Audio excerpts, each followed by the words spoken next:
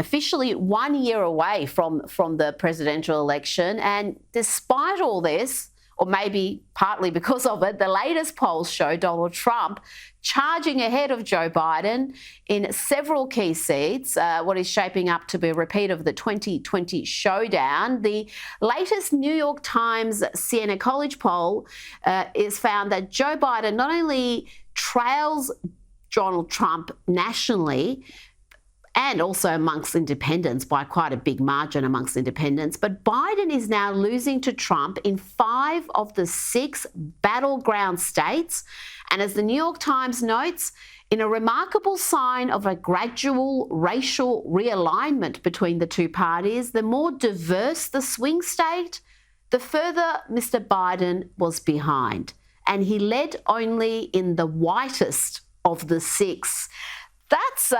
That's quite a turn up for the books, isn't it, Josh? We've been told for years that not only is Donald Trump unelectable, but minorities hate him.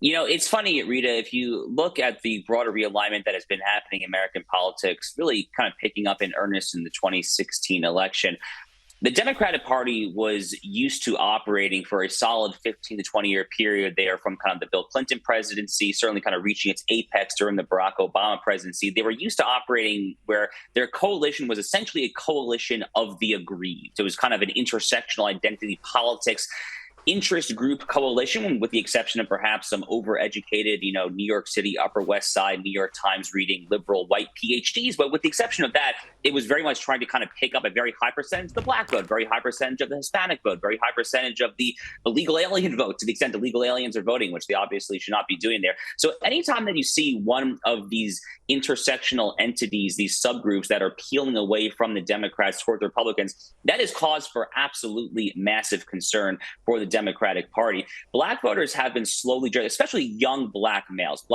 under the age of 40. I think the percentage of those voters that Trump got in 2020 was over 20%, possibly as high as nearly 25% or so. Hispanic voters, based on all data that we've seen recently, look like they're going to be going even more towards Republicans now than they have been in the past. The most interesting thing that's happened within that kind of intersectional kind of coalition management, Rita, is the Muslim American vote, because the Muslim American vote has actually been souring quite a bit on Joe Biden over the past month or so. Because at least at the beginning of the war in the Middle East, he was very rhetorically supportive of Israel. He's starting to pare that back a little bit because there's a large Arab population in Michigan in particular, and he can't afford to lose Michigan. But all of this combined amounts to something closely approximating a 5-alarm fire for the Democratic Party, which is why you've seen David Axelrod, Barack Obama's chief advisor this weekend. You saw Joe Biden's own 2020 campaign manager starting to sound the alarm.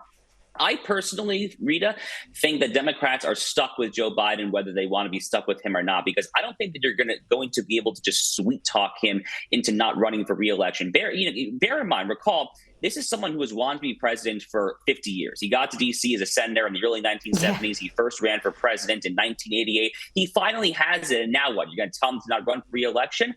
Of course, if he steps aside, then their presumptive choice, naturally, would be the vice president, Kamala Harris. The problem with Kamala Harris is that she's less popular than venereal disease. She is wildly unpopular. She is grossly incompetent. Her office leaks like a sieve. I think a lot of Democratic elites in the media, in the chattering class, would like Gavin Newsom to get up there, but how you leapfrog Kamala Harris while maintaining black support, again, I don't think that that's a needle that can be thread here. So I think they're really stuck with Joe Biden, which is great news for Republicans.